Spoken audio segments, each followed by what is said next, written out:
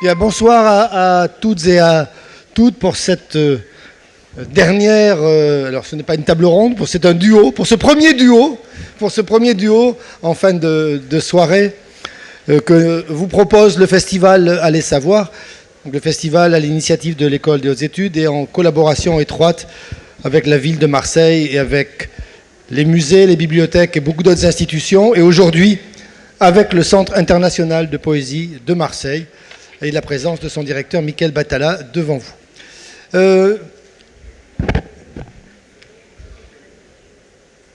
Pierre Judet de Lacombe est un philologue. Et que peut bien faire un philologue dans un festival qui se pose une question sur la nature? Ce matin, une des tables rondes posait la question « Réparer la nature ». J'ai pensé peut-être qu'un philologue, c'était quelqu'un qui réparait des textes. Alors, le philologue classique, celui que l'on connaît d'habitude, c'est celui qui, avec beaucoup de minutie, un scalpel, des loupes, regarde les manuscrits et tente désespérément de rétablir les textes dans leur pureté. Je ne suis pas certain que ce soit nécessairement le genre de philologie que pratique Pierre Judet de Lacombe, même s'il la connaît parfaitement et il sait la faire. Qu'est-ce que veut dire donc réparer un texte, surtout quand il s'agit d'un texte qui n'aurait pas besoin d'être réparé? L'Iliade, tout le monde peut l'avoir lu, tout le monde croit la connaître, et je pense pourtant que l'Iliade doit être réparée. Et c'est ce que Pierre Judet de Lacombe a tenté de faire depuis de nombreuses années, à partir des grands textes du théâtre grec, ceux qui ont à Marseille eu l'habitude des spectacles, des programmations de l'ancienne équipe du Théâtre des Bernardines ont sûrement assisté à des superbes représentations des tragédies que Pierre Judet de Lacombe avait traduites. Et aujourd'hui, c'est donc l'Iliade qu'il a entrepris de revisiter et de réparer. C'est un moment, je dois dire, que j'attends de longue date lorsque le programme a été connu, et avec une réelle émotion. Car réparer un texte ancien, c'est sans doute redonner à quelque chose qui est très éloigné de nous. Les grands historiens du XXe siècle, Louis Gernet, Jean-Pierre Vernant, nous ont appris à considérer d'une certaine façon les Grecs comme des barbares, j'exagère, des gens très loin de nous, des populations exotiques dont nous ne partagions pas nécessairement les valeurs. Il y a donc un vrai travail, peut-être pour apprivoiser le texte, pour nous l'approcher, pour nous le rendre sensible, pour lui rendre, non pas le réparer, mais lui rendre toute la charge émotive et émotionnelle. Et je pense que le duo de ce soir, entre un philologue et un poète, est un moment très important. Alors, Michael Batala m'a dit que c'est une première mondiale. Je n'emploierai pas forcément peut-être ce terme-là, que je trouve peut-être excessif. Restons plus modestes, mais c'est un moment très important dans lequel un philologue qui connaît le sens des mots, le pouvoir des mots, la force des mots, les émotions que les mots véhiculent, et un poète qui partage les mêmes préoccupations, se penchent tous les deux sur un même texte, un très grand texte que nous croyons connaître et que nous, je pense, allons probablement redécouvrir ce soir. Merci de votre présence. Merci Jean.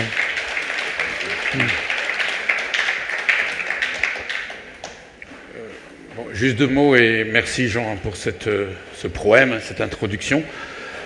D'abord dire que c'est extrêmement émouvant de se retrouver ici à la Vieille Charité, et donc un lieu tellement pas familier mais tellement vital dans tout ce que moi j'ai pu faire, que par les échanges, par ce lieu, par ce que ça permet, par l'idée que ça donne justement d'une science de la littérature qui ne soit pas confinée à la seule littérature.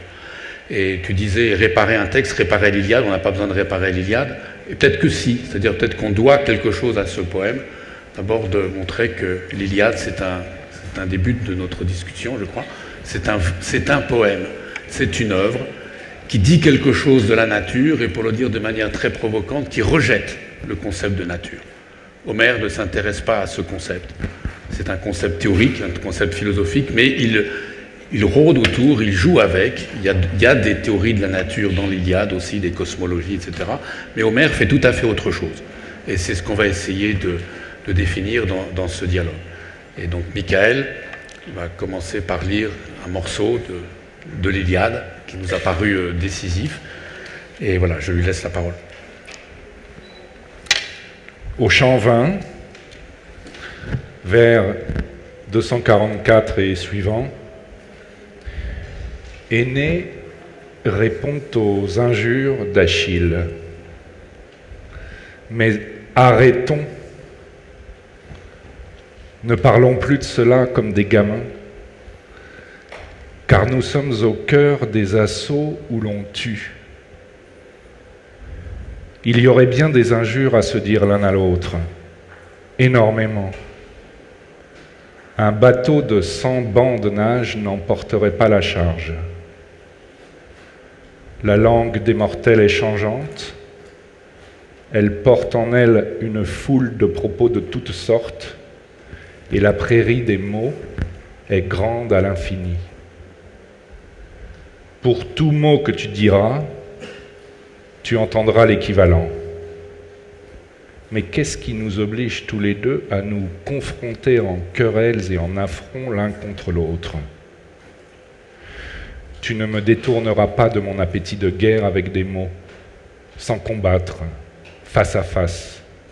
Assez, vite, faisons goûter l'un à l'autre le bronze de nos lances. Oui, donc Énée est face à Achille qui est plus fort que lui, et Achille se moque d'Énée, et Énée fait comme s'il voulait se battre. Finalement, il sera sauvé par le dieu Apollon qui va le retirer du combat. Mais là, on a un des rares textes où Homère nous parle du langage, et je crois que c'est essentiel. Énée dit, on peut parler infiniment, on peut dire, toi tu es fils d'une déesse, mais moi aussi, et moi ma déesse est plus grande que la tienne, etc. Donc on a un choc de mots, mais pour Énée, le vrai choc, c'est le choc de bronze, c'est le duel, c'est le combat, qui finalement n'aura pas lieu. Il vise l'action. Mais ce qui est étonnant, c'est qu'il dit que le langage est une prairie de mots infinie. Et prairie, c'est vraiment le mot littéral, c'est-à-dire que parfois on traduit par ressources. Non, il faut imaginer un champ beau, donc où les fleurs et les oiseaux peuvent aller à l'infini, on peut se nourrir à l'infini. Ça veut dire que le langage sera toujours plus grand, au-delà de tout ce qu'on peut dire. Il y aura toujours une autre possibilité de dire, et si on dit un mot contre quelqu'un, pour soutenir une thèse, il y aura toujours un mot de l'antithèse. Le langage est ouvert.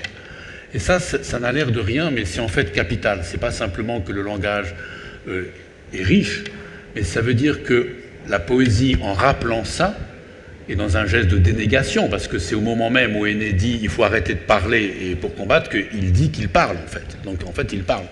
Donc il déploie cette richesse du langage. Et là je crois qu'on a quelque chose qui nous intéresse directement dans notre objet, dans l'objet de ce festival, sur la nature. Parce que parler de nature veut dire qu'on peut employer beaucoup de mots, mais on veut dire une chose précise. La nature est un concept théorique. La nature, c'est une manière de pouvoir nommer la totalité des choses. Et quand on dit nature, alors immédiatement on tombe dans des antithèses. On dit oui, si je veux nommer la totalité des choses en tant que nature, les Grecs diraient physis, c'est pas un mot que Homère emploie, c'est le mot que les philosophes vont employer un siècle après lui pour parler de l'être des choses, en tant que c'est un être qui se déploie dans une logique, dans une rigueur. Eh bien, à ce moment-là, on va employer un langage qui sera riche, mais qu'on va essayer de restreindre de plus en plus pour trouver le mot presque unique qui va dire ce qu'il en est. Et la phrase qui commence le discours scientifique ou le discours philosophique, la première phrase, c'est une phrase du philosophe Thalès. Alors, a-t-il existé ou pas, ça c'est un autre problème de philologue. Mais Thalès dit « toute chose, c'est de l'eau », E-A-U. Toute chose se réduit à l'eau. Donc on prend cette prairie des mots et finalement on trouve le mot qui dit ce qui est véritablement, parce qu'à partir de l'eau, vous pouvez engendrer tous les êtres. Donc vous pouvez réduire le langage à une fonction systématique et c'est ainsi que vous posez le concept de nature. Poser le concept de nature suppose une réduction du langage au terme initial qui permet de tout nommer, et l'eau est le principe de toute chose. Ça, c'est la logique, on peut dire, rationnelle qui va choisir dans le langage, va réduire le langage aux mots qui importent. Là, l'air de rien, Homère nous dit le contraire. La prairie des mots est infinie, on peut toujours, face à une phrase, opposer une phrase. Aucune phrase n'aura le dessus sur une autre phrase. C'est toujours ouvert. Et donc, on est dans un geste qui est, je crois, anti-nature, si j'ose dire, contre l'idée d'une nature réduite à un concept. On est dans un geste anti-théorique. Et mon idée, c'est ce qu'on va essayer de développer là dans notre échange, c'est que la poésie, notamment la poésie homérique, est une poésie qui travaille de manière réfléchie cette opposition entre un langage ouvert, le langage infini, la prairie des mots qui est infinie, et un langage qui au contraire chercherait le caractère systématique de la pensée à travers un système de mots qui renvoient tous les uns aux autres de manière cohérente, harmonieuse et ou surtout hiérarchique. On va pouvoir poser un principe. Et on est encore dans cette opposition entre ce que fait la poésie et ce que va faire la philosophie un siècle après, avec Thalès, et ensuite vous avez toute la chaîne des présocratiques qui vont se battre pour dire quel est le mot important. C'est l'eau qui est le principe de toute chose. Anaximandre, après, va dire non, c'est l'infini. Un autre va dire mais ça va pas, non, c'est l'air. Héraclite va dire non, vous comprenez rien, c'est le feu. Parménide va dire non, c'est la terre et le feu, etc. Empédocle va dire attention, il y en a 4. Donc à chaque fois, le langage, même dans sa richesse, au départ est donné comme riche, mais va être réduit. Dans Homère, non, c'est mot contre mot, discours contre discours. Et avec cet idéal que pose Énée, mais qui ne se réalise pas dans le poème, qui est l'action. On va tuer. Il s'agit bien de massacrer l'adversaire. Là, ça n'aura pas lieu parce que le poème est au-delà de cette opposition entre l'infini des mots et l'unité de l'action, l'unité du geste. Le poème, évidemment, il est dans les mots. Et tout le problème est de savoir comment Homère va construire quelque chose qui parle du monde, qui parle des éléments, qui parle de la mer, qui parle du ciel, etc., mais avec cette idée que c'est infini, qu'on peut toujours aller au-delà de ce qu'on dit. Et est-ce que c'est une thèse que soutient Homère ? On verra que ce n'est pas vraiment le cas, ce n'est pas de la théorie. Là, on va passer à un deuxième texte que Michael va lire, où on a quelque chose comme une cosmologie. Alors donc on a l'impression que Homère, comme d'autres, comme Hésiode par exemple, qui est ce poète qui a fait ce poème sur la naissance des dieux, qui est un peu postérieur à Homère, une génération ou deux, ça on ne sait pas bien, bon, puisqu'on ne sait pas si Homère a existé, enfin tout ça, ça nous met au 8e siècle, eh bien Hésiode, lui, c'est celui qui va construire un système des choses, un système des dieux, avec un langage poétique, mais dans l'idéal pour réduire à quelques mots, c'est-à-dire les divinités principales qui ordonnent le monde. Et ça existe aussi chez Homère. Homère connaît ça, mais on va voir tout de suite qu'il prend ses distances. Et même, il s'amuse avec ce genre de réflexion systématique qui veut réduire le réel à une nature que l'on connaît parce qu'on connaît les principes qui l'animent, qui la décident. Donc c'est un passage du chant 8 de l'Iliade, un passage tout à fait étonnant, c'est que, pour rappeler quand même, donc Achille, comme vous savez, a été humilié par son chef, Agamemnon, qui lui a pris sa captive. Entre parenthèses, Agamemnon ne pouvait pas faire autrement, parce que Agamemnon avait lui-même une captive qui était en fait sacrée, c'était la fille d'un prêtre. Donc il a dû la rendre au prêtre, parce que sinon, le dieu, alors qu'il ne voulait pas la rendre, le dieu a accablé l'armée grecque d'une peste. Donc, devant la peste, il rend la fille, mais il n'a plus de captive, il n'a plus de marque d'honneur. Donc, il prend celle d'Achille. Donc, le système social grec s'effondre à ce moment-là. L'égalité de la répartition des parts qui fait que le monde civique, le monde de la société est ordonné comme une nature où il y aurait les régions du monde. Ça, on va le voir, c'est le même modèle, un modèle cosmologique de la cité, si on veut dire, ordonné. Ce modèle s'effondre. Achille est humilié et demande à sa mère, Thétis, qui est une divinité, d'aller plaider sa cause auprès de Zeus, et Zeus, pour lui demander à Zeus de massacrer les Grecs, les Achéens, donc contre son propre camp, pour leur faire payer l'affront qu'il a subi. Zeus est d'accord. Alors ça, c'est un autre problème. Pourquoi Zeus est-il d'accord ? Ça, on y reviendra, c'est un vrai problème. Pourquoi Zeus accepte-t-il cette demande d'Achille alors qu'au départ, il voulait la ruine de Troie ? Pourquoi Zeus veut-il la ruine de Troie ? C'est encore un immense problème, parce qu'il n'y a aucune réponse dans l'Iliade, ça on va essayer d'en dire quelque chose. Et précisément, peut-être qu'il ne faut pas répondre. Et donc là, Zeus décide que désormais les dieux ne pourront pas aider sur le champ de bataille les Grecs ou les Troyens, que c'est lui qui décide de tout, donc il les confine dans l'Olympe, ils sont enfermés, et ne pourront plus agir pour soutenir leurs héros, et il les menace. Celui que je surprendrai à vouloir, loin des dieux, aller au secours ou des Troyens ou des Danaens, sera foudroyé et ne reviendra pas avec prestance dans l'Olympe. Je le prendrai, le jetterai dans le Tartare vaporeux, très loin, là où sous la terre est le gouffre le plus profond. Là sont les portes de fer et le seuil de bronze, aussi loin sous l'Hadès que le ciel est éloigné de la terre. Vous saurez à quel point je suis le plus fort de tous les dieux. Et s'il vous prend d'essayer Dieu, sachez-le tous, si vous suspendiez au ciel une chaîne d'or et vous vous y attachiez tous, les dieux et toutes les déesses, vous ne pourriez pas, du ciel vers le sol, tirer Zeus, le dirigeant très haut, même à grande peine. Mais si, dans l'élan de mon cœur, je voulais tirer, je tirerais la terre entière et la mer entière. Puis, cette chaîne, autour d'un promontoire de l'Olympe, je l'attacherai et toutes ces choses deviendraient météores, tant je suis supérieur aux dieux et supérieur aux hommes. Donc là, on a une vraie menace et c'est très intéressant parce que ça paraît contradictoire. D'abord, Zeus se réfère à un ordre géométrique des choses. Vous avez des régions, le ciel, la terre. En dessous de la terre, vous avez l'Hadès. En grec, c'est l'invisible, c'est les enfers, c'est là où il y a les morts. Et encore en dessous, vous avez le Tartare. Et donc, il y a la même distance entre le ciel et la terre qu'entre l'Hadès, dans les enfers, et le Tartare, qui est un gouffre qui s'ouvre. Là, on a des textes chez Hésiode, dans un gouffre infini. C'est un gouffre du chaos. C'est un gouffre où il y a des tourbillons. Et c'est très intéressant parce que c'est comme si vous avez, comme dans les physiques contemporaines, une espèce de mouvement initial sans direction. Et c'est une énergie, c'est cette énergie qui est première. Et donc là, c'est l'indétermination. Et c'est dans le Tartare qu'ont été enfermés les ennemis de Zeus, donc les titans, c'est-à-dire la génération de son père, quand Zeus a voulu prendre le pouvoir contre son propre père, à savoir Cronos. Et comme il a été le plus fort, il a jeté les titans dans le Tartare. Donc là, il dit aux dieux de sa génération et de la génération plus jeune, je peux faire avec vous ce que j'ai fait des titans.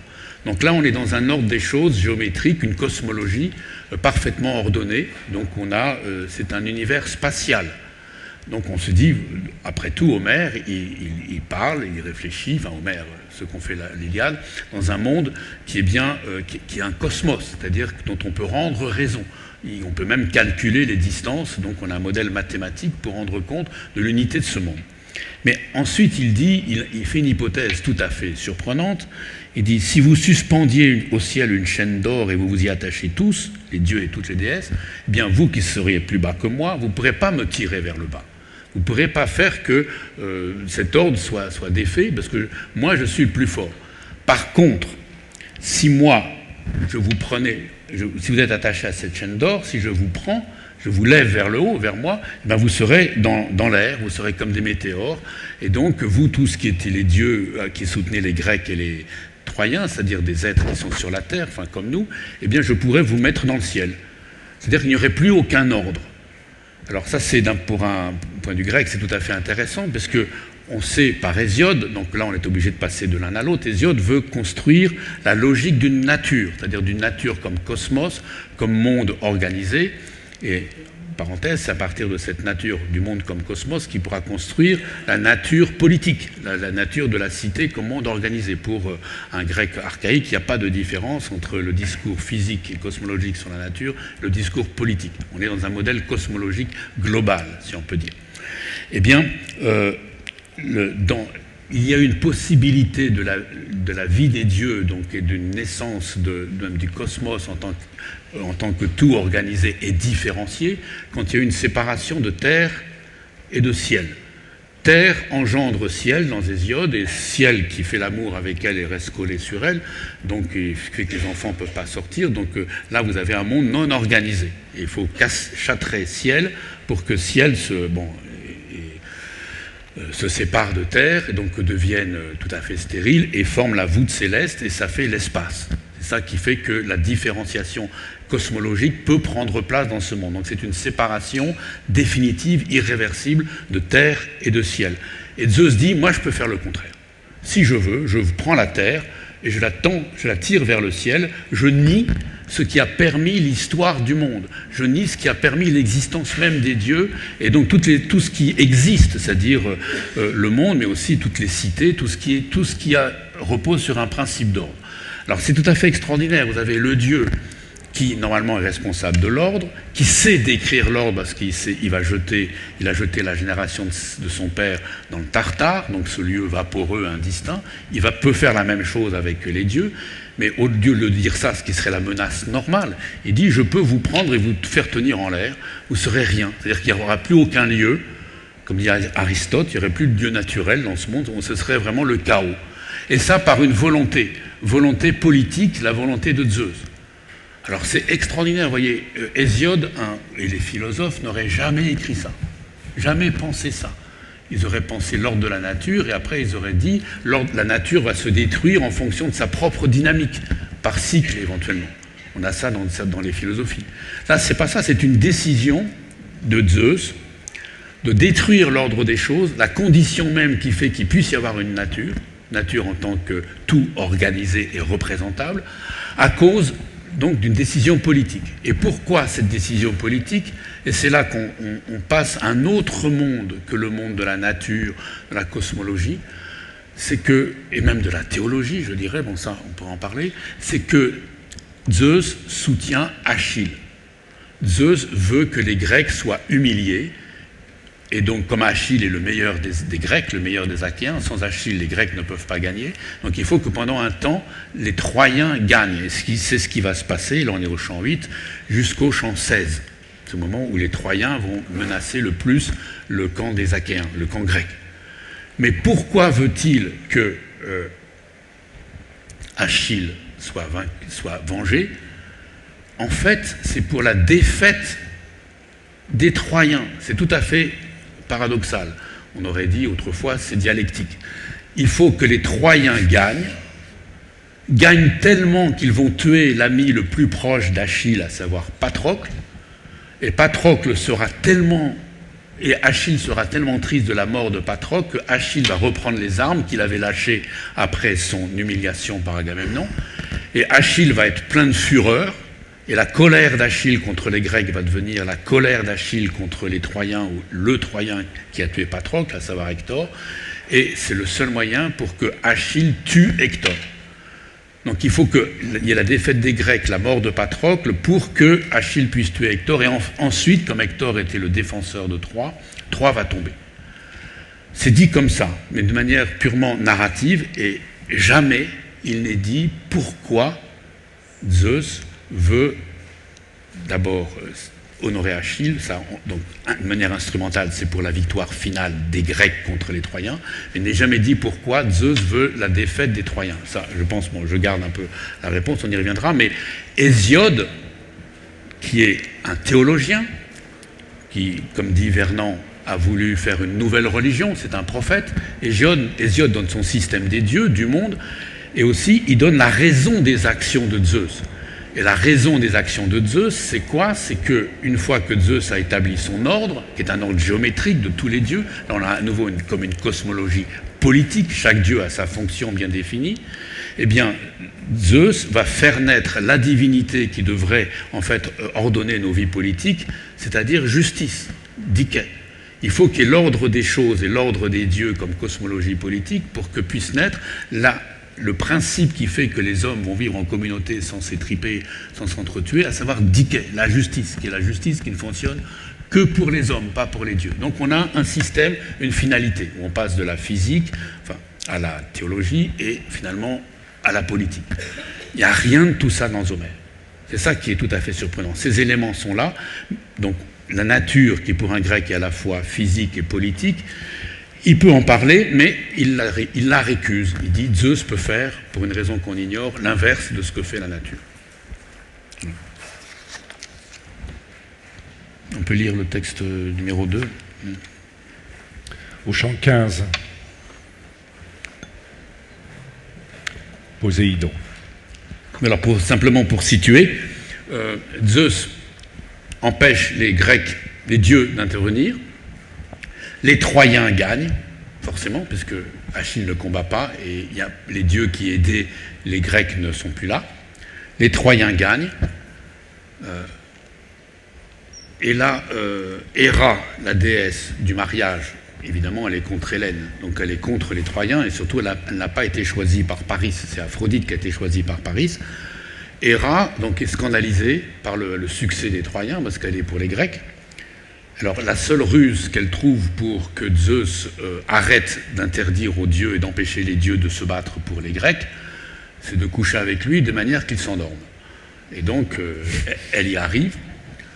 Et alors là, c'est un passage, c'est très beau, c'est le chant 14, c'est absolument extraordinaire. Et là, vous avez un passage qui, bon, moi, c'est un des passages qui m'a fait, comment dire, c'est comme une alarme, qui m'a dit, mais attention, on a la vraie opposition entre Homère et tous ceux qui font de la théologie et de la cosmologie, comme Hésiode.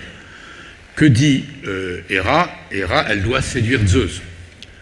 Et donc, elle va voir sa rivale, Aphrodite, en disant, voilà, donne-moi un objet qui fasse que soit vraiment que je puisse, qu'il y ait l'amour avec moi. Et pourquoi ? Alors elle ne dit pas je vais séduire Zeus, elle dit parce que les deux divinités qui ont fait le monde, Okéanos, donc océan, et Thétis, alors c'est avec un Y, c'est pas la mère d'Achille, donc le couple originel, ils ne couchent plus ensemble, ils sont en querelle, et c'est terrible, et donc je voudrais qu'ils fassent l'amour, et donc pour ça donne-moi un objet, un talisman qui fait qu'il y aura une séduction. Alors quand on y pense, si Océan et Thétis, donc qui dans cette théogonie-là sont les divinités originelles, donc c'est l'océan et l'eau, donc ce sont les divinités marines qui sont premières, de même que Thalès pourra dire l'eau est le principe de toute chose, si Océan et Thétis couchaient ensemble, ça serait une catastrophe, parce que ça repartirait, encore une fois, il y aurait des nouveaux dieux, etc. Donc c'est très bien qu'ils arrêtent. Alors, ce qui est frappant, c'est que, alors Aphrodite a très bien compris, elle dit « je ne peux que céder à toi qui vis dans les treintes de Zeus ». Donc elle sait bien ce qui va se passer. Or, donc là, on a Homère qui cite une théogonie, Océan et Thétis sont le père, sont à l'origine de la genèse des choses, et donc c'était une tradition de type théologique qui va donner ensuite la philosophie, une tradition qui réduit la diversité du réel et donc du langage à un couple originel. Et parfois même c'est océan, simplement, puisque les Grecs sont machistes. Et donc c'est l'eau, qui est principe global, parce que ça entoure le monde. Donc là, on a un système cosmologique, comme on a dans Hésiode. Et Homère, c'est la seule fois où il cite un tel système, c'est dans un discours mensonger, puisqu'il s'agit de rétablir l'amour par tromperie entre Zeus et Héra, c'est-à-dire pour l'action ici, maintenant. Ce qui compte, c'est pas l'origine, c'est ce qui se passe ici, maintenant. Et donc, Aphrodite sourit, lui donne le talisman. Héra séduit Zeus, qui lui dit « Oui, je n'ai jamais eu autant de désir, pas même alors que j'ai vu une telle, et même toi. » Donc ça marche, et il s'endort. Et donc Poséidon, qui est le dieu de la mer, mais c'est pas Océan, donc qui est pour les Grecs, à ce moment-là, fait une offensive des Grecs contre les Troyens, et les Grecs gagnent. Zeus finit par se réveiller, il est furieux devant ce qui s'est passé, puisque son ordre d'interdiction de combat n'a pas été respecté, et du coup, il envoie la déesse Iris, donc l'arc-en-ciel, la messagère, pour dire à Poséidon d'arrêter, et que Poséidon ne peut pas continuer à défendre les Grecs. Et alors, Poséidon est furieux devant cet ordre, parce qu'il plaide l'égalité géométrique, cosmologique, entre les trois frères, Zeus, Poséidon et Hadès, le dieu de l'invisible. Nous sommes trois frères, nés de Chronos, que Rhea a mis au monde. Zeus, moi, et en troisième, Hadès, qui règne sur ceux d'en bas. Toutes les choses ont été partagées en trois, chacun a eu son lot d'honneur. Moi, j'ai gagné d'habiter pour toujours la mer grise, une fois les sorts agités. Hadès a gagné les ténèbres brumeuses. Zeus, le vaste ciel dans les terres et les nuages. La terre, quant à elle, est commune à tous, ainsi que le grand Olympe. Je ne vivrai donc pas selon le cœur de Zeus. Qu'il reste tranquille malgré sa force dans le troisième lot qui est le sien. Que jamais il ne cherche à m'effrayer avec ses bras, me croyant vil. Il gagnerait plus à attaquer ses filles et ses fils de mots terrifiants puisqu'il les a engendrés lui-même. Et ils entendraient ses commandements même contraints. La vie Viris, au pied de Bourrasque, lui répondit « Est-ce ainsi, ô Dieu aux cheveux de cyan, qui ébranle la terre, que je porterai à Zeus une parole rude et puissante? Ne changeras-tu pas? Il change les cœurs des êtres nobles. Tu sais que toujours les Érénies accompagnent les aînés. Ah, voilà. L'argument pour faire céder Poséidon, sont les Érénies. Bon, ça, on va y revenir. Alors après, Poséidon cède immédiatement. De mauvais cœur, de mauvaise grâce. Alors c'est intéressant, il est le dieu aux cheveux de cyan. Bon, cyan, moi j'ai hésité dans ma traduction parce que c'est un mot qu'il faut rétablir, donc c'est bien comme ça, c'est ce bleu sombre, qu'on ne pouvait pas mettre au bleu de Prusse quand même. Et qui ébranle la terre, c'est intéressant parce que c'est un dieu marin, et justement la mer est plus fondamentale d'une certaine manière que la terre. Donc là il y a aussi une idée cosmologique, mais qui est simplement esquissée. Alors on a quelque chose, je trouve c'est magnifique, puisque vous avez, encore une fois, vous avez là une théogonie qui débouche sur une cosmogonie, donc les trois régions du monde, le ciel, la mer, enfin trois régions du monde, le ciel, la mer et l'Hadès, donc l'invisible, ce qui est sous terre, ont chacun leur dieu tutélaire. Ils sont égaux, ce sont des frères, ça a été tiré au sort. Tiré au sort, ça ne veut pas dire que c'est le hasard, ça veut dire que ça devait être comme ça. Un tirage au sort pour un grec, c'est la main du destin, si on veut. Et vous avez une zone commune, donc de conflit nécessairement, la Terre avec l'Olympe, donc c'est-à-dire à la fois la zone humaine, des actions humaines, où il y a la guerre de Troie, et l'Olympe, où se décide la guerre de Troie. Ça, la Terre n'est pas une zone cosmologique comme les autres, c'est une zone définie pour l'action. Encore une fois, pour un grec, il n'y a pas de différence, grec archaïque avant Aristote, il n'y a pas de différence entre physique et politique. Donc, il y a un ordre. L'ordre existe. Mais Iris rappelle une chose, simplement, que Zeus est l'aîné. Ce qui, en fait, n'est pas vrai. Zeus, c'est le dernier engendré par Cronos, mais Cronos avalait ses enfants. Et au moment où il allait avaler Zeus, parce qu'il ne voulait pas qu'il règne, il avalait une pierre à la place de Zeus, qu'il a craché en premier. Donc, comme si c'était la naissance de Zeus. Donc, vous voyez, encore une fois, entre la ruse et la généalogie ou la nature, vous avez toujours quelque chose de très... c'est mêlé. Parce que ce qu'il s'agit, c'est bien de produire un ordre politique. Et là, c'est l'ordre politique du dieu le plus âgé, Zeus. Et les Érénies, ce sont des divinités du temps, du châtiment. Alors, il y a toute une théologie complexe des Érénies chez les Grecs. Ce sont des Érénies qui, en général, font respecter l'ordre du temps, l'ordre de ce qui est ancien, ce qui a été fait autrefois. Et donc, on voit que là, il y a une espèce de réflexion très profonde d'Homère, une réflexion sur l'antinomie entre une conception spatiale des choses, donc on se représente les choses dans leur définition et leur séparation en tant que zone cosmique, et le temps. Le temps ne se laisse pas réduire à l'espace. Zeus est plus fort simplement parce qu'il est l'aîné, même si son caractère d'aîné vient d'un truc, une fourberie telle qu'on l'a raconté, qu'elle est racontée dans Hésiode. Donc vous avez vraiment une réflexion d'Homère sur ce qui fait la possibilité d'un discours sur la nature. Certes, il y a la nature résultant d'une séparation, d'une différenciation d'un ordre rationnel, mais il y a le temps qui a produit cela. Et il peut y avoir contradiction. Zeus est égal des deux frères, mais il est supérieur simplement parce qu'il est l'aîné. Et donc on a toute une réflexion dans l'Iliade, je dirais, sur l'histoire. Qu'est-ce qui fait que, au-delà de l'ordre des choses, il y a une histoire où les états des choses changent, les priorités changent et où la décision de Zeus l'emporte. Alors quelle est cette décision? Ça, c'est vraiment un problème qui est pas du tout facile à régler. Et parce que Homère travaillait évidemment pas dans l'air, il avait des siècles de tradition. Et maintenant, comme on a découvert beaucoup de textes, comme vous savez, notamment en Proche-Orient, qu'on en découvre de plus en plus, on peut ouvrir l'univers homérique sur l'univers grec archaïque, sur l'univers proche-oriental. À mon avis, c'est une des plus grandes directions de nouveautés, d'innovation pour les recherches sur la Grèce archaïque dans les années qui vont venir. C'est-à-dire, pas la comparaison, c'est la comparaison, mais c'est aussi de voir comment les Grecs se posent des problèmes que se posent aussi les Babyloniens, dans des termes parfois différents, mais parfois extrêmement proches. Et on voit que ce ne sont pas des influences ou une idéologie qui serait une idéologie de type indo-européen, parce qu'on ne comprendrait pas pourquoi les cultures sémitiques auraient les mêmes idées, les mêmes problèmes. Ce sont des problèmes. Comment penser l'ordre des choses, comment penser l'ordre politique en rapport avec une généalogie divine et un ordre naturel. Et on voit que babyloniens, enfin, en Assyrie et grecs ont les mêmes schémas pour arriver à des réponses différentes.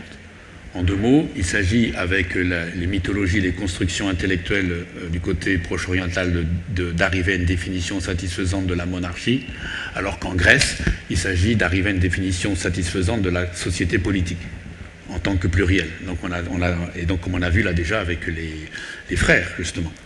Or, par rapport au temps, par rapport au mythe des temps, des époques, il y avait un gros héritage très très lourd qui était la division du monde, de l'histoire universelle en époques. L'âge d'or, l'âge d'argent, l'âge des héros, etc. qu'on a dans Hésiode.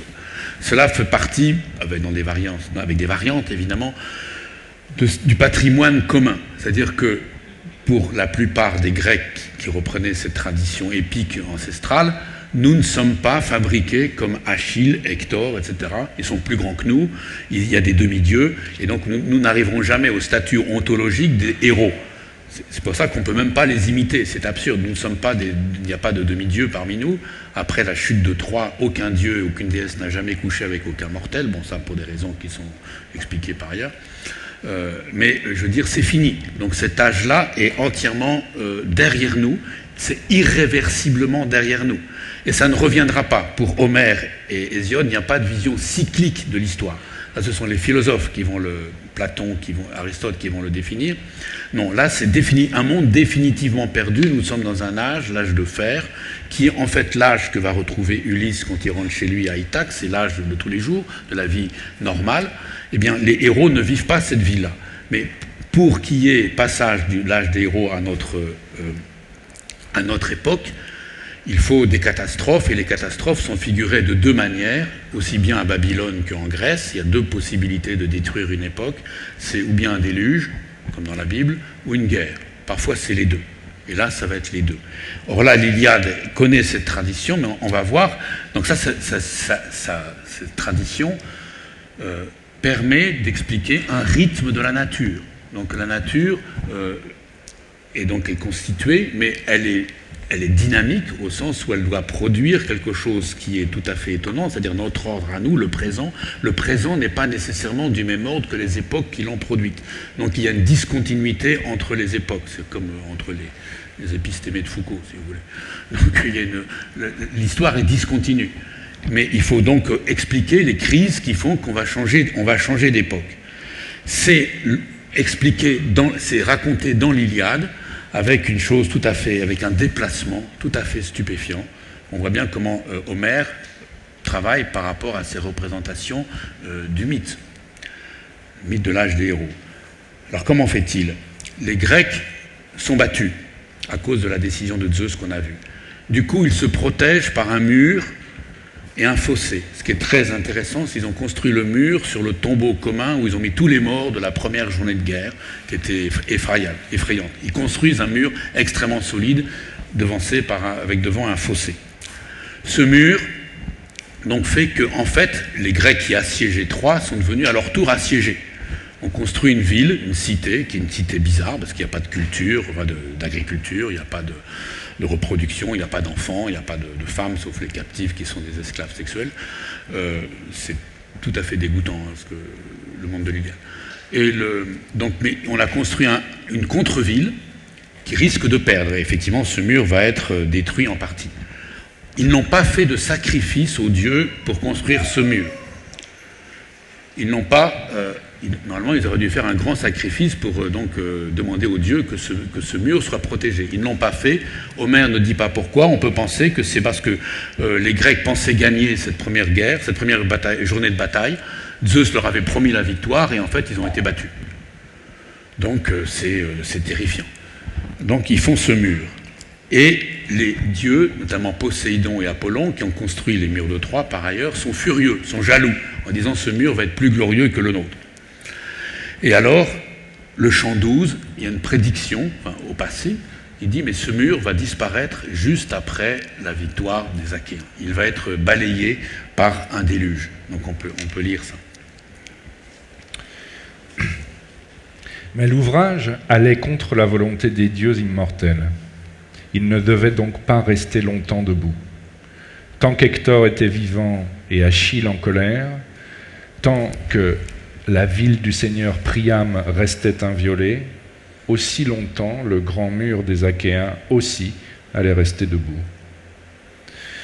Mais quand tous les meilleurs des Troyens eurent péri, ainsi que d'innombrables Argiens, les uns abattus, d'autres épargnés, et quand à la 10e année la ville de Priam fut ravagée et que les Argiens partirent en mer vers la patrie bien-aimée, ce jour-là, Poséidon et Apollon machinèrent d'araser le mur en dirigeant contre lui la rage des fleuves, tous ceux qui des montagnes de l'Ida coulent vers la mer, le Rhésos, le Sept-Bouches, le Carésos, le Rhodios, le Grénikos et l'Aïsépos, ainsi que le divin Scamandre et le Simoïs, où boucliers de bœuf et casques à 4 pans tombèrent en masse dans les sables, ainsi que la race des hommes demi-dieux. De tous, Phoibos Apollon détourna les bouches vers le même lieu, et pendant 9 jours, il lança le flot contre le mur. Zeus, lui, pleuvait continuellement pour que plus vite les morceaux de mur voguent en mer. Et lui, celui qui secoue la terre, le trident à la main, guidait le flot. Avec les vagues, il chassait toutes les assises d'arbres ou de pierres. Les Achéens les avaient posées à grand-peine. Il fit un grand nivellement près de l'Hellespont aux eaux violentes. Il enfouit à nouveau sous les sables l'immense rive ayant arasé le mur, et il détourna les fleuves pour qu'ils retrouvent le lit où courait auparavant le courant de leurs belles eaux. Donc voilà, on a une opération d'annulation. Il ne reste aucune trace de la présence des Grecs, et de fait. Donc là, c'est vraiment le modèle du déluge, avec l'eau des fleuves qui va vers la mer, et l'eau de la pluie, etc. Donc Homère reprend un motif qu'on a dans la Bible ailleurs, donc Gilgamesh, tout ça, et dans Hésiode. Et il montre bien qu'il le fait, parce que là, c'est un petit détail, voilà, c'est là que le philologue, comme dirait Jean, tique un peu, quand il dit le Scamandre et le Simoïs, donc c'est les 2 grands fleuves de l'Iliade, où tombèrent en masse dans les sables, voilà, les casques, tout ça, ainsi que la race des hommes demi-dieux. Hémitéroi. C'est le seul passage où Homère emploie le mot demi-dieu. Et c'est un mot de la théologie, c'est un mot de la mythologie, un mot qui veut dire la race des hommes d'avant nous. C'est comme ça que Hésiode appelle les hommes d'avant nous. Donc, alors que Hésiode qui raconte le mythe des races, les déluges, etc., il doit expliquer, Hésiode, pourquoi nous ne sommes pas comme les dieux, nous sommes différents, et nous ne sommes pas, donc entre les dieux et nous, on va mettre les demi-dieux. Hector, la race d'Hector, Héraclès, etc., Achille. Homère reprend ça en disant, voilà, en fait, c'est ce que je vous raconte avec la fin de ce mur. Mais d'abord, c'est très, très particulier. Il s'agit du mur des Achéens. C'est vrai que la guerre de Troie est la guerre qui va signaler la fin de cette race. Ça, c'est dans la tradition, c'est pas Homère, c'est dans le mythe, si vous voulez. La race des héros est morte par 2 guerres globales, la guerre de Thèbes, donc grec contre grec, et puis la guerre de Troie, grec contre les gens d'Asie. Et le retour des Grecs, qui vainqueurs, a été désastreux, ils sont presque tous morts, donc c'est la fin, voilà, c'est la fin de cette époque humaine, de cette ontologie humaine, on a envie de dire. Nous ne sommes pas comme eux. Donc là, ce déluge signale ça. Mais, alors c'est là où c'est tout à fait surprenant, c'est que donc là on aurait quelque chose qui est plus ou moins conforme au mythe du déluge et au mythe du cataclysme, comme on dit, qui signale la fin d'une époque. Mais l'Iliade va répéter cet épisode de manière tout à fait surprenante, où il y aura un déluge, où les fleuves vont aussi être en tempête, vont être en inondation, vont être en crue pour donc détruire. Mais au lieu que ce soit pour détruire le mur des Achéens, ça sera uniquement contre Achille. Parce qu'entre-temps, après ce chant, donc les Troyens ont gagné, ont avancé, sont entrés dans le camp, ils sont allés jusqu'au bateau, un bateau qu'ils ont commencé à brûler, et c'est là que Achille dit à Patrocle, ça va pas, prends mes armes, oui, tu peux chasser les Troyens du camp. ce que fait Patrocle. Bon là, tout ça est très compliqué, mais Patrocle va trop loin. Patrocle va poursuivre les Troyens jusqu'à Troie, ce qu'il ne devait pas faire, et là il se fait tuer par Hector. Et Achille est tellement furieux de la mort de Patrocle qu'il décide de reprendre la guerre, on lui donne des nouvelles armes, ça on y reviendra, et donc là il se lance dans la bataille. Il ne veut pas se nourrir, donc il a un corps immortel, parce qu'il ne dit pas la peine de manger avant de faire la bataille, alors qu'Ulysse dit oui, tu sais quand même, c'est bien de manger du vin et du pain, nous sommes des êtres mortels, et donc pour notre substance de chair, nous avons besoin du vin et du pain. Achille dit non, moi ce qui me nourrit, c'est la haine contre Hector. Alors, Athéna, en douce, lui met du nectar et de l'ambroisie dans le corps, ce qui fait qu'il a un corps presque immortel à ce moment-là, donc il est quasiment un dieu. Mais Achille se lance, et là, Zeus prend une décision tout à fait stupéfiante, c'est-à-dire quand on connaît le mythe, quand on connaît Gilgamesh, quand on connaît donc les théogonies même de Babylone, etc., tout ce matériau qui est commun, Zeus, et là, moi, ça m'a heurté pendant longtemps, Zeus dit aux dieux, bon, je vous ai interdit de vous battre, maintenant battez-vous, faites du bruit, faites de la rumeur, tapez-vous les uns sur les autres, ce qu'ils vont faire plus ou moins. Pourquoi ? Pour que vous puissiez freiner Achille dans sa course. Achille est tellement fort et violent dans sa course contre Troie que si vous le laissez faire, Achille va prendre Troie avant l'heure du destin. Il faut le ralentir, tellement il est plus fort que tout.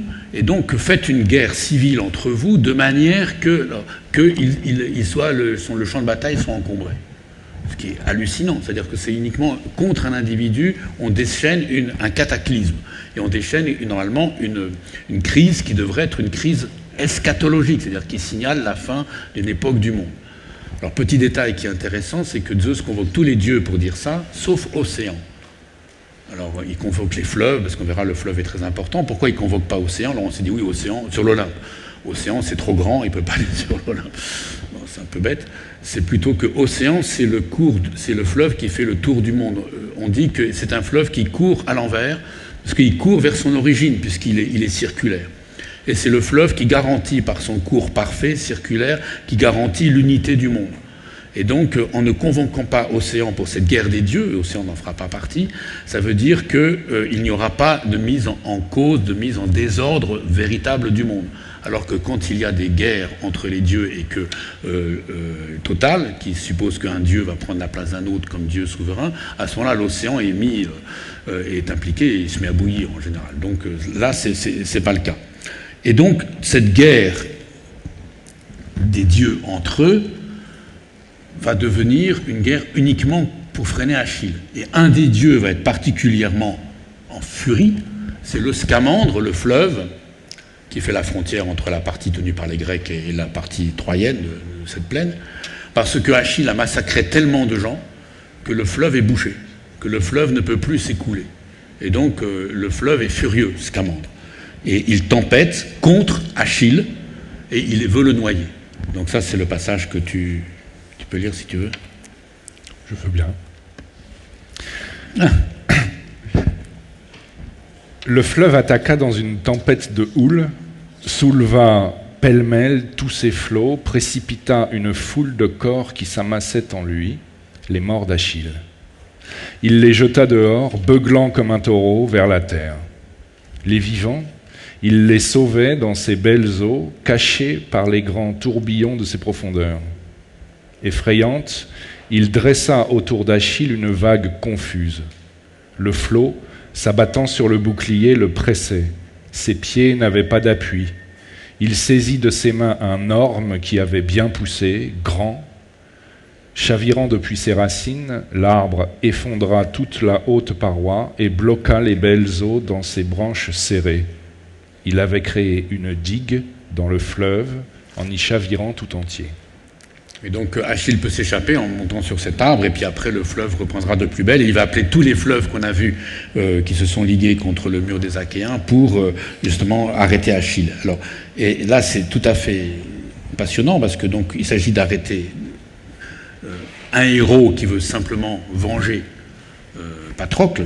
Donc on est dans une histoire, on n'est pas dans une histoire naturelle, on n'est pas dans une eschatologie, on n'est pas dans la fin d'un monde, mais c'est comme si c'était comme ça. Ça veut dire que pour contrebalancer, contrecarrer la force d'Achille, qui est une force, disons, amical et de vengeance, il faut un mythe eschatologique, comme le déluge. Donc c'est pour là donc l'eschatologie perd sa fonction normale. Elle ne dit pas l'état du monde, elle dit l'état d'une action, ce que fait une action singulière. Et là, on va retrouver la cosmologie, puisque Achille ne peut pas se battre tout seul contre le fleuve. Et la divinité qui le soutient, c'est Héra. Héra veut le défendre, parce que Achille doit à tout prix tuer Hector, c'est quand même ce qui est inscrit dans son destin. Et bien à ce moment-là, elle demande à son fils Héphaïstos, qui est le feu, d'incendier le fleuve, de combattre le Scamandre en l'incendiant. Pas de le faire bouillir, mais vraiment l'eau brûle. Et bon, peut-être qu'on n'a pas le temps si on peut lire le passage quand même. Oui, ça va. On le lit. Oui. Héphaïstos mit en place un feu prodigieux. D'abord, dans la plaine, il alluma l'incendie, brûla les corps si nombreux qui s'amassaient en elle, les morts d'Achille. Toute la plaine fut séchée, l'eau brillante arrêtée, comme quand un boré d'arrière-saison sèche d'un coup le jardin qu'on vient d'arroser. De même, la plaine entière était séchée et le feu consumait les corps. Il tourna vers le fleuve la toute brillance de la flamme. Ormes, saules et tamaris brûlaient le lotus, le jonc et le souchet. Au bord des belles eaux du fleuve, ils avaient poussé d'abondance. Anguilles et poissons étaient brisés, dans les tourbillons, dans les belles eaux, ils voltigeaient là et là, brisés par le souffle d'Héphaïstos aux pensées nombreuses. La force du fleuve brûlait, le Scamandre lui parla et dit ses noms. Héphaïstos, aucun dieu ne pouvait faire jeu égal avec toi. Même moi, je ne saurais pas te combattre quand tu flamboies d'un tel feu. Arrête la querelle, et qu'Achille le divin tout de suite chasse les Troyens de leur ville. Cette querelle, ce soutien n'est pas pour moi. Voilà, donc on a vraiment une lutte cosmologique habituelle de l'eau contre le feu, qui est, donc ça veut dire que les éléments, les 4 éléments qui s'opposent, etc., Homère connaissait.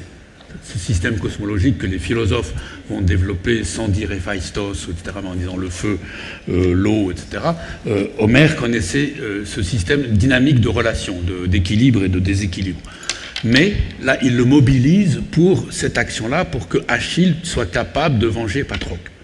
Alors ça nous pose, je pense que ça veut dire que chez Homère, il y a cette interrogation, quelle est la relation entre ce discours universel sur la nature, qui est théologique, évidemment, et l'histoire absolument singulière que je dois raconter, qui est la vengeance d'Achille. Ça, je crois que là, il y a une tension, et ce qui est frappant, c'est que Homère ne donne pas de réponse. Il ne dit pas « je justifie l'action d'Achille par tel et tel principe universel », ce que ferait un Hésiode, ce que feront ensuite les philosophes jusqu'à Platon, pour trouver la raison, le concept qui permet de constituer des chaînes causales aussi bien physiques que politiques ou que éthiques. Pour eux, c'était la même chose, ou même que des sentiments. Homère ne fait pas ça. Homère juxtapose. Alors, il ne juxtapose pas parce qu'il n'aurait pas encore le concept. Ces concepts qui existaient, non pas sous forme de concepts pensés comme les philosophes les ont définis, ces concepts existaient comme forme de schème de réflexion qui était parfaitement clarifié, qu'on a chez Hésiode par exemple. Homère, lui, non, il juxtapose. Et donc, on a une interrogation devant des types de rationalité différentes sans que jamais la clé du tout ne soit donnée. Alors même qu'il s'agit d'une action ordonnée et d'un poème ordonné au sens où, comme on a vu, il peut poser le déluge sous une forme et ensuite il le pose sous une autre forme et c'est l'auditeur qui doit se demander quel est le rapport entre ces deux déluges. C'est pas que simplement il soit maladroit ou qu'il reprenne une tradition balbutiante. Il dit je vous pose le déluge tel qu'il doit fonctionner comme fin de l'âge des héros et ensuite je vous le pose par rapport à Achille. Et donc c'est cette confrontation-là qui fait la signification du poème. C'est pas une leçon sur qu'est-ce qu'il en est de l'eau par rapport au feu, ça on le sait bien qu'ils sont contraires. Ou bien les étapes de l'existence humaine, on les connaît. L'âge des héros n'est plus le nôtre, on le sait. Mais c'est pas là-dessus que se focalise Homère, pardon. Alors peut-être qu'on peut quand même évoquer, puisqu'il s'agit d'art, il s'agit de construction avec des mots, donc cette prairie infinie des mots que l'on voit à l'œuvre dans cette variation au sujet des mêmes thèmes qui, donc, je répète encore une fois, ne se laisse jamais réduire à l'unité d'un concept, précisément, à la théorie. C'est ça que Homère, je ne dirais pas qu'il ne le connaît pas, il l'évite. de manière systématique. Et on peut parler d'art avec justement une création que fait Héphaïstos, le Vulcain, le dieu du feu, qui va fabriquer les nouvelles armes d'Achille. Pourquoi nouvelles? Parce que quand Achille a envoyé Patrocle défendre les Grecs, il lui a donné ses armes, des armes divines déjà. Et Patrocle, se faisant tuer, perd ses armes, puisque c'est Hector qui l'aimait. Et donc il faut de nouvelles armes, et Achille est nu, donc guerrier nu, donc il ne peut pas combattre, et sa mère Thétis va implorer le dieu Héphaïstos pour qu'il lui forge dans la nuit des armes, ce qui fait que le lendemain matin, Achille pourra reprendre la guerre avec des armes extraordinaires, ces armes divines. Alors peut-être on peut lire le premier, le début, non? Je sais pas. Au chant 18. Héphaïstos, viens jusqu'ici. Thétis qui est là a besoin de toi. Le très glorieux boiteux lui répondit. Pour moi, une déesse terrible et vénérable est entrée. Elle m'a sauvé quand la douleur me prit le jour où, loin, je tombais par la volonté de ma mère, face de chienne, qui voulait me cacher car j'étais boiteux. J'aurais dans mon cœur subi des douleurs si Eurynomée et Thétis ne m'avaient pas recueilli dans leur sein, Eurynomée, la fille d'Océan au flot inverse. Près d'elle, pendant 9 ans, j'ai dans le bronze forgé 1000 ouvrages, agrafes, boucles recourbées, calices de fleurs et colliers dans la grotte creusée. Autour, le flot d'Océan dans son murmure d'écume roulait, innombrable. Aucun autre dieu ne le savait, ni aucun des hommes mortels, mais le savaient Thétis et Eurynomée qui m'ont sauvé. Aujourd'hui, elle vient dans notre maison, forte est l'urgence de payer entièrement à Thétis aux belles boucles le prix de ma vie, dispose près d'elle les beaux cadeaux de l'accueil, pendant que je vais ranger les soufflets et tous les outils. Oui, donc là, alors c'est intéressant, on a une espèce de roman d'apprentissage du dieu Héphaïstos. Alors sa mère l'a jeté parce qu'il était moche, il était boiteux. Et pourquoi il était boiteux? Parce que son père l'avait jeté du haut de l'Olympe sur Terre. Bon, donc il tombe beaucoup. Et c'est intéressant, je pense que c'est un dieu qui fait le lien entre le ciel et la terre. Et là, il est plus loin que la terre, il est chez Thétis et une océanine, donc, qui s'appelle Clyménée, Eurynomée, fille d'Océan. Et c'est pas un hasard, c'est-à-dire c'est auprès de 2 divinités marines qu'il va apprendre son art, il va apprendre à forger plein d'objets, des colliers, des fleurs, etc., en bronze, pas en or. Donc il s'agit vraiment de faire comme des maquettes, quoi, des modèles. C'est pas encore les grands bijoux qu'il va faire par la suite. Alors pourquoi des divinités marines? Alors là, je pense qu'on a vraiment une réflexion sur justement le rapport entre cosmologie et l'art. Vous avez 2 divinités marines. L'océanine, c'est l'ordre des choses. C'est comme on dit, là, c'est dit le fleuve au flot inverse, c'est-à-dire qu'il revient à sa source. C'est la perfection. C'est le cercle absolu où tout est égal, donc il n'y a rien n'est divergent. Thétis, alors ça, c'est pas dit dans l'Iliade, mais on le sait, c'est une divinité des métamorphoses. Thétis, c'est l'eau qui peut prendre toute forme. Et elle l'a fait quand Zeus a voulu qu'elle épouse Pélée, un mortel. Pourquoi? Parce que Thétis s'était refusée à Zeus, mais Dieu merci, puisqu'il était dit qu'elle allait engendrer un fils plus puissant que son père. Donc si Zeus avait couché avec Thétis, il aurait été détrôné. Et quand Zeus l'a su, donc ils ont obligé Thétis à épouser un mortel. Elle ne le voulait pas. Et donc, ne le voulant pas, elle a lutté contre Pélée, et pour ça, elle s'est métamorphosée en feu, en panthère, elle a pris plusieurs formes. Comme l'eau peut le faire, l'eau peut être tout. Et en fait, elle a été vaincue parce que les noces de Thétis et de Pélée, c'est un viol.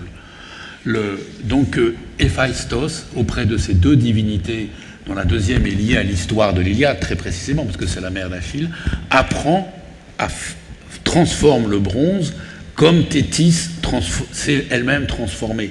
L'art est marin. L'art est aquatique par définition, parce que ce sont des formes qui changent. Et ça dans un cercle parfait qui est le cercle d'océan. Donc là, c'est l'idée que quand on dit que l'art imite la nature, c'est-à-dire que ce qu'ont dit les Grecs et ce que tous les modernes ont contesté fortement, l'art imite la nature parce que l'art, c'est de la nature. L'art n'est pas différent de la nature. Et comme disait Aristote, l'art peut aussi perfectionner la nature, ou réparer la nature éventuellement. Donc là, vous avez cette unité entre l'art, donc la représentation, et la force des choses. Sauf que tout cela, c'est Thétis, c'est-à-dire que c'est la mère d'Achille. Et l'art d'Héphaïstos va se montrer, alors peut-être qu'on n'a pas le temps de lire, là il y a un bouclier d'écrit qui est extraordinaire, avec l'océan évidemment et toutes les vies humaines, les types de vie humaine, la cité d'abord en guerre, enfin en paix, en guerre, ensuite la campagne avec les différentes formes de culture, puis ensuite l'élevage, donc le monde sauvage, donc dehors, puis après la danse qui est le symbole de tout ça. Donc là c'est très ordonné, c'est une espèce d'anthropologie de la société humaine. Et ce qui est très intéressant, c'est que c'est une anthropologie d'une société qui n'est précisément pas celle de l'Iliade. C'est pas celle des héros, c'est celle de nous maintenant, de notre vie répétitive, normale. Donc c'est ça que Achille porte sur lui. Et ça, Héphaïstos peut le faire, et c'est magnifique. Il peut faire une chose qui est à la fois donc la vie répétitive normale des humains du présent, c'est-à-dire de ceux qui écoutent l'Iliade, mais qui sera l'arme d'Achille, qui est d'une époque qui n'est pas la nôtre. C'est-à-dire qui n'est pas l'époque de ceux qui écoutent l'Iliade, mais qui est au contraire l'exploit absolument unique, qui est la possibilité de mettre à mort Hector. Donc l'art, c'est tout ça. Et l'art, dans ce cas-là, alors ce qui est frappant aussi, c'est que le monde d'Héphaïstos, c'est un monde articulé, mais c'est un monde juxtaposé. C'est-à-dire que les formes de vie sont juxtaposées les unes par rapport aux autres. Il n'y a aucune divinité qui règne sur ça, il n'y a pas un Zeus, etc. Non, c'est juxtaposé. Et ça, je pense que ça a un rapport avec ce que fait Homère fondamentalement, justement, c'est-à-dire que de créer quelque chose qui ressemble à la nature, c'est-à-dire un poème, et ça on va revenir dans la discussion qu'on aura, mais qui n'est pas fait par une mise c'est une mise en ordre, mais qui n'est pas une mise à la raison. C'est-à-dire qu'il ne s'agit pas de donner la clé qui fait que le tout tient. Le tout tient parce qu'il y a cette action extraordinaire d'Achille contre d'abord les Grecs et ensuite contre Hector. Donc c'est une forme de représentation systématique qui n'est pas dépendante d'un principe. Et là, je crois qu'on a quelque chose qui peut opposer ça, peut-être ouvrir la discussion sur ça, la poésie et, d'une certaine manière, le discours rationnel qui réduit le réel à une unité, de manière à constituer quelque chose comme une ontologie qui soit une ontologie cohérente. Et je crois que ça, c'est un débat qu'on peut avoir pour dire que fait la poésie. Alors pourquoi je dis ça? Non seulement parce que... vous avez bien vu, même dans ces séances, là, l'idée de nature est une idée qui, dans les sciences, est devenue extrêmement complexe, puisqu'on a eu un paradigme où on dit que la nature ne compte pas, ce qui compte, c'est la culture. Donc, modèle culturaliste qui a été très développé, même à l'EHESS, je dois dire. Et après, d'autres ont dit, mais attention, la culture, c'est une seconde nature, donc on peut la décrire aussi comme une nature, on la connaît pas, elle est opaque. Et vous avez la tendance qui dit, maintenant, on va naturaliser les sciences sociales, c'est-à-dire qu'on va dire, l'opposition nature-culture ne tient pas, donc on va traiter les objets sociaux, psychiques, etc., comme des objets naturels. Donc là, c'est un débat métaphysique extrêmement intéressant, mais je veux dire que je voudrais faire entendre simplement une autre voix, c'est-à-dire en pensant qu'elle est même actuelle, pas ce que dit Homère, on ne peut pas vivre avec ce que dit Homère, mais vous avez une autre voix qui construit autrement un système, non pas un système de représentation qui est articulé selon des principes, que ce soit la nature ou la culture ou tout ce qu'on veut, mais c'est un système qui est construit en dehors de tout carcan théorique. C'est-à-dire que ce sont les discours et les cohérents, et avec les discours, avec les expériences qu'ils transportent, que l'on met ensemble. Expériences violentes de la guerre, mais aussi les expériences culturelles, les mythes, etc. C'est mis ensemble, dans une enceinte, comme le bouclier d'Achille, sans que la clé soit donnée. Alors ça, on peut voir comment toi tu réagis à ça, ce qu'on avait prévu de faire une discussion sur ça avant de vous laisser la parole, si vous avez encore la force après cette longue journée. Brièvement, mais effectivement, avoir une discussion là-dessus, c'est difficile, là, maintenant, après les... En tout cas, pour moi, t'entendre, c'est toujours la même chose. Ça m'invite à tout repenser. Je me dis, mais finalement, avais-je raison de croire ce que je croyais? Mais oui. Et à chaque fois, ça marche, donc c'est bien. Il y a quelque chose d'inépuisable. Alors, un extrait, je m'ennuyais pas à l'instant, là, je recherchais un mail que tu nous as envoyé la semaine dernière à Agnès Belbezet, qui est par ici, et que je salue quand même parce que c'est entre nos quatre yeux que l'idée d'inviter Pierre sur Homère et la nature est née.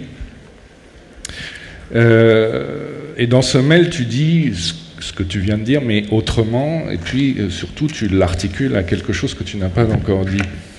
Si l'on pense que le langage doit essayer de dire la nature, entre guillemets, en la réduisant à des principes clairs et à leur développement, le langage sera restreint et devra, entre guillemets encore, dire quelque chose de précis. C'est ce qui va se passer avec la philosophie. Si, au contraire, comme Homère, on pose que le langage est inépuisable, la fameuse prairie des mots infinie, que les discours créent et enregistrent des manières opposées de parler, des énoncés changeants, et si l'on pense que le rôle de la poésie, et c'est ça qui m'intéresse, est de donner une forme définie à cette variation, infinie du langage, on utilisera au contraire l'ensemble des possibilités du langage et on les multipliera. Utiliser l'ensemble des possibilités du langage et les multiplier. Sauf que on pourrait croire dans cette petite pensée du jour, merci de nous envoyer des mails comme ça, qu'il s'agit de poésie contemporaine. Or, il ne s'agit pas de poésie contemporaine puisque tu dis, si au contraire, comme Homère, on pense que, alors c'est très troublant.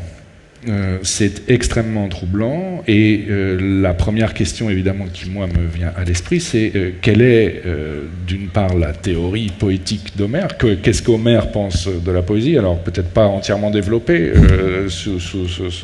en forme résumée et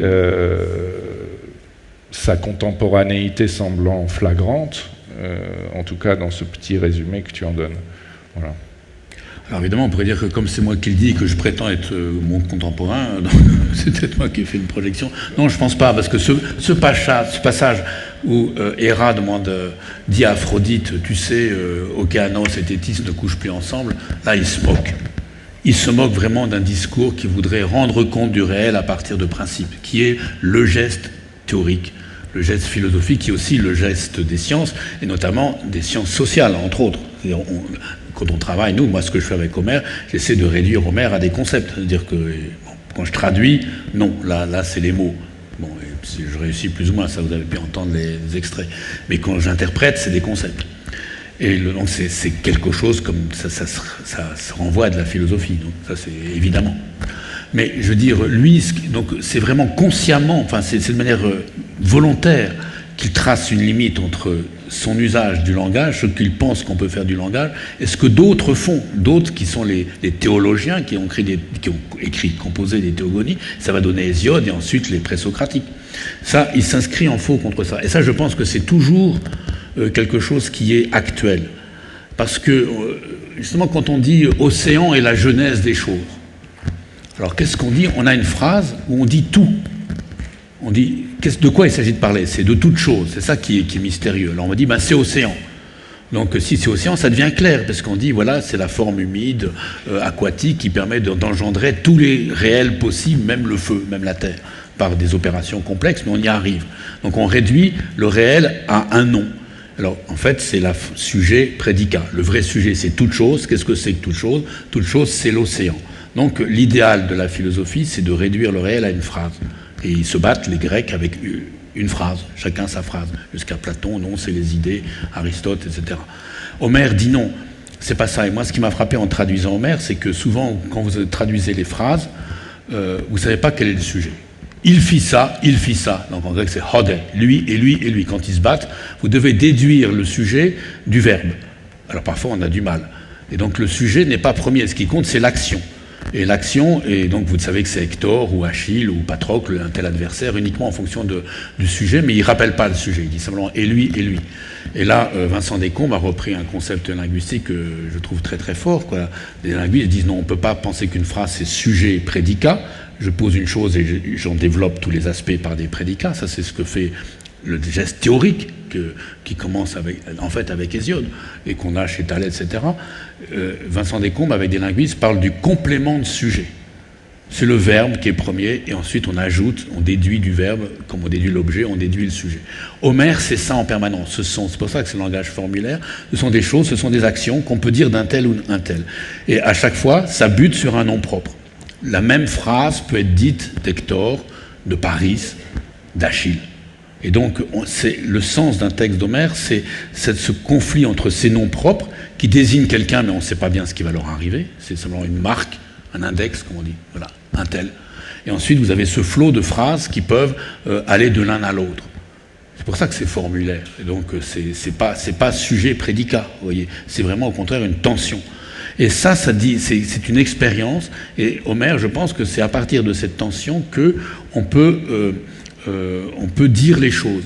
Alors, dire que la prairie des mots est infinie, vous avez des philosophes contemporains avec Derrida, à partir de Heidegger, etc., qui disent ça, mais c'est encore ça, c'est un geste théorique.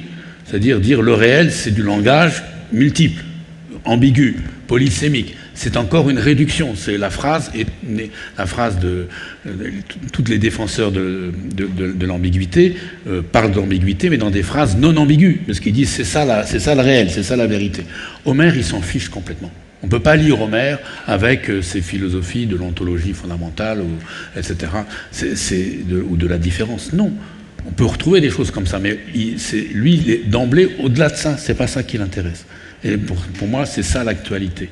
Je pense que, alors là je ne sais pas ce que tu en penses, que c'est vraiment actuel parce que le paradoxe, c'est qu'avec cette vision du langage infini, qu'on peut toujours enrichir, c'est pour ça que les textes d'Homère ont été enrichis au cours de l'histoire, lus différemment, malgré tout ça se resserre, comme le flot d'océan, mais non pas dans une thèse sur le monde, en disant le réel c'est ça, mais dans un poème. Alors là, peut-être qu'on peut en parler, Homère, si on prend la trilogie poète, poésie, poème, poète comme la source, poésie comme l'activité et poème comme l'objet, eh bien, le poète, on n'en sait rien. Bon, je pense qu'il y a eu un groupe comme les Stones, ou je sais pas quoi, les Doors, au 8e siècle. Il y avait un d'entre eux s'appelait Homère, peut-être, on n'en sait rien, on ne saura jamais rien. Mais bon, ils se sont donné ce nom-là. Poète, on ne sait pas. Poésie, on sait décrire. Ça, c'est la grande avancée de la philologie et de la grammaire comparée, de l'anthropologie de la langue homérique. Donc, on sait décrire la poésie. Mais il faut comprendre comment ce flot linguistique, avec des strates différentes de langage, de dialectes différents, crée une totalité qui est le poème, qui est l'œuvre. Et le poème, c'est pas le texte. Le texte peut varier, mais il y a des digues dans Homère. Rien que le fait de raconter la fin de l'âge des héros, la guerre de Troie, etc., uniquement avec la colère d'Achille. Ça, c'est une décision qui crée une limite. Donc ça fait un poème. C'est ça que... Moi, je vois l'actualité d'Homère dans cette espèce de réflexion qui fait qu'au lieu d'un tout théorique, on a un tout poétique. Qu'on a, comme tu le dis, un objet, et peut-être que, en tout cas pour moi, je ne sais pas si je peux dire que c'est ça, mais ça me parle.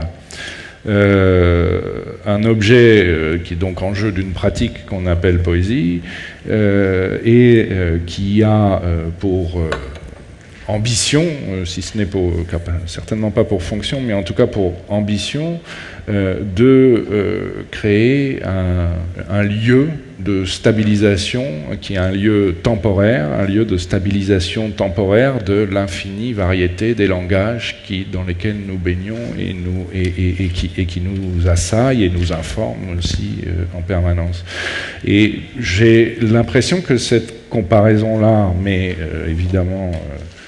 je suis très balbutiant face à ton savoir sur Homère, correspond aussi d'une certaine façon à la situation qui était celle de cet objet théorique Homère, ou en tout cas de l'hypothèse Homère, si je puis dire, qui était de baigner aussi dans la multitude des récits permanents et sans forme stabilisée, et que le geste fondamental, et c'est sans doute celui-ci qui est véritablement... toujours en jeu, c'est de créer cet espace temporaire de stabilité des discours sur une histoire, un monde contemporain, des actions que l'on voit et des enjeux d'amour et de haine. Donc, en préparant, on s'était un peu peut-être emporté, mais les poètes ont-ils un Platon comme les philosophes? Et alors, Homère est-il le Platon des poètes? Je me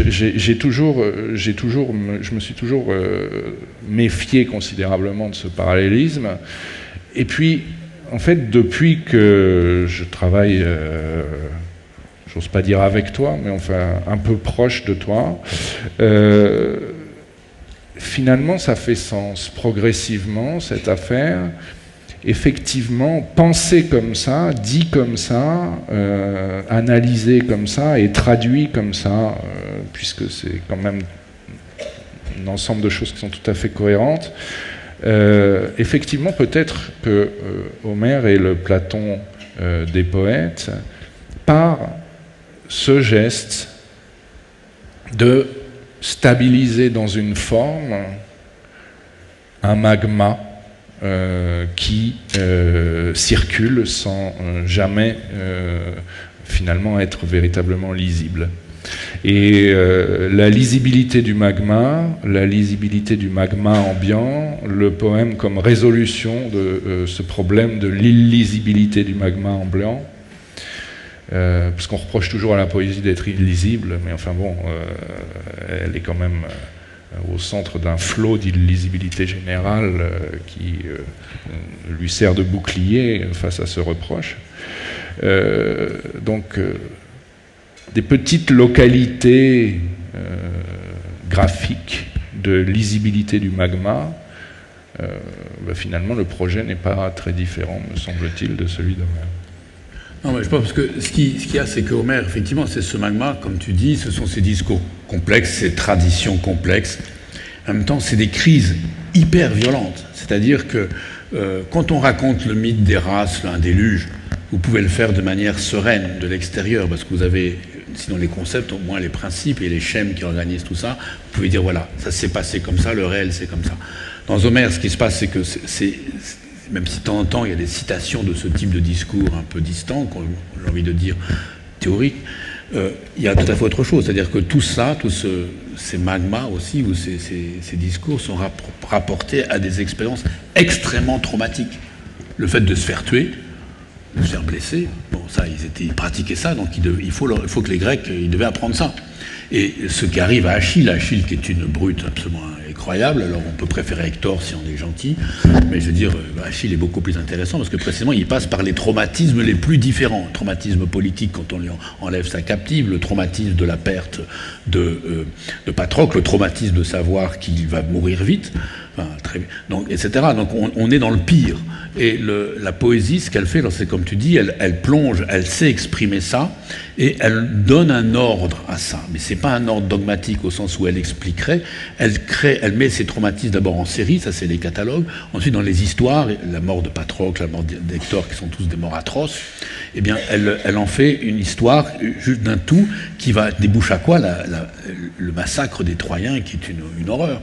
Mais donc cette poésie, elle est à la fois, elle sait dire l'horreur, et en même temps elle transmute l'horreur en quelque chose que l'on peut se réciter, ne serait-ce que par le rythme, que par cette langue tout à fait artificielle qu'on ne parle jamais, qui est une langue qu'aucun grec n'a jamais parlé. C'est une langue de poésie, simplement une langue d'art, comme on dit.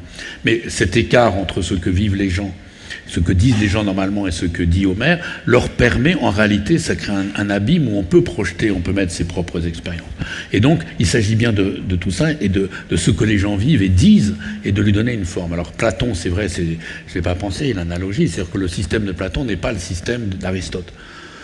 Le système de Platon, c'est un système où il fait comme Hegel, il part de tout ce que tout le monde pense. La doxa, les doxailles, les opinions. C'est pour ça qu'il met ces personnages bizarres dans ses dialogues.